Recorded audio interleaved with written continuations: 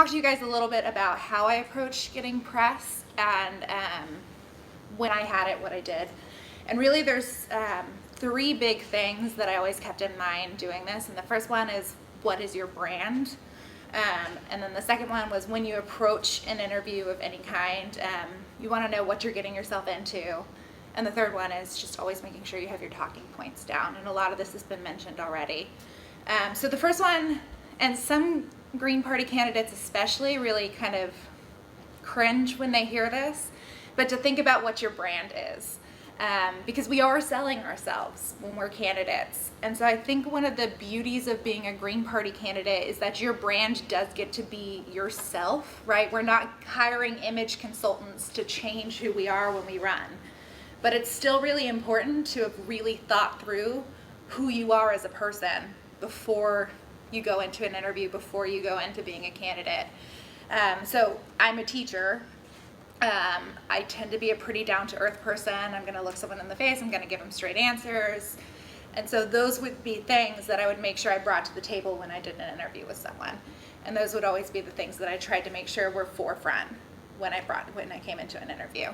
And if I wasn't in the mindset to be like a friendly, face-to-face person, then it maybe wasn't the day to do an interview and I could try and push it or whatever. Because I always needed to be selling my brand. Or I wasn't being the best candidate I could be. So the second one is knowing what you're getting yourself into. Kat talked about this a lot. You're doing a very different kind of interview if you're doing print media, if you're doing radio media, or if you're doing television media. And even between those 3, they're all really different. So if you're doing print media and it's going to be a feature on you, you're going to give a very different interview than if they're just looking for a single quote in response to a story they're already giving. So if you get an interview request, you want to make sure up front you're asking, what kind of story are you writing? What are you looking for from me? What's the format for this piece going to be? And have all those questions answered before you go in. So an example of a time I did this really wrong is I went into a filmed interview, and it had a green screen, and as a Green Party candidate, I was wearing green, and I looked like I was wearing bricks, the same bricks as the background. So like, these are important questions to ask before you go into an interview, and it really does change it. So with a print interview, which is what most of my requests ended up being, if you're responding to a story, then you want to make sure you give a really quick soundbite quote. If it's going to be a feature, then you want to see if you can give them a phone call and catch them as soon as they email you, so that you can change the tone of the story. That's kind of in general, actually. If you get a request from a reporter and they give you the deadline for their story, I would suggest contacting them as soon as possible by phone, because then you can kind of set the tone for their story. If you catch them right before their deadline, they've already written it, and they'll throw your quote in whenever they can. Instead of, if you catch them early, your quote might change the tone of their piece. Especially if you then offer to give them a follow-up phone call before their deadline, you get a chance to maybe get in there twice and respond to somebody else's quote as well.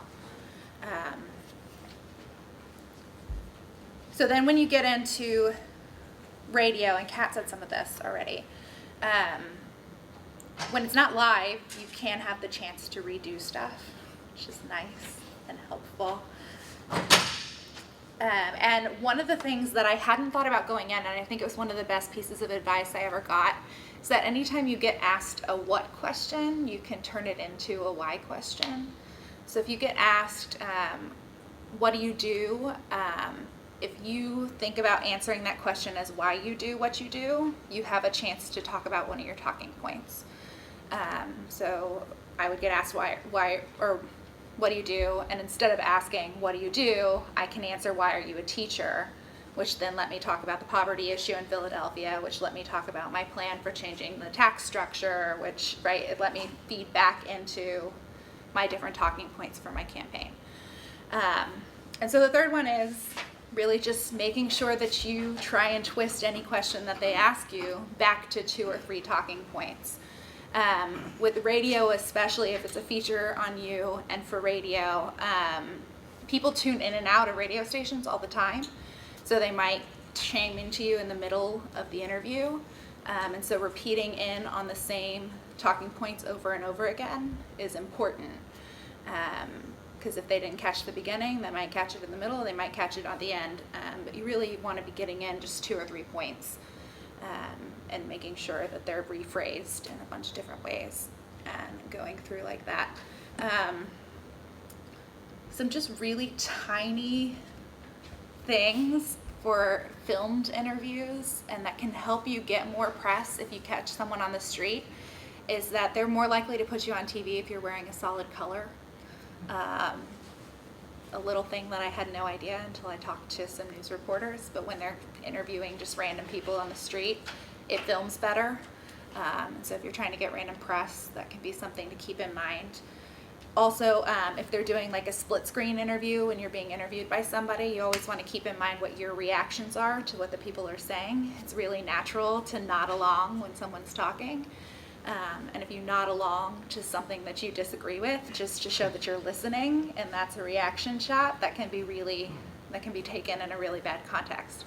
So like there's all these little things that are like little media training things that big corporate candidates get all the time because they have someone paying to give it to them.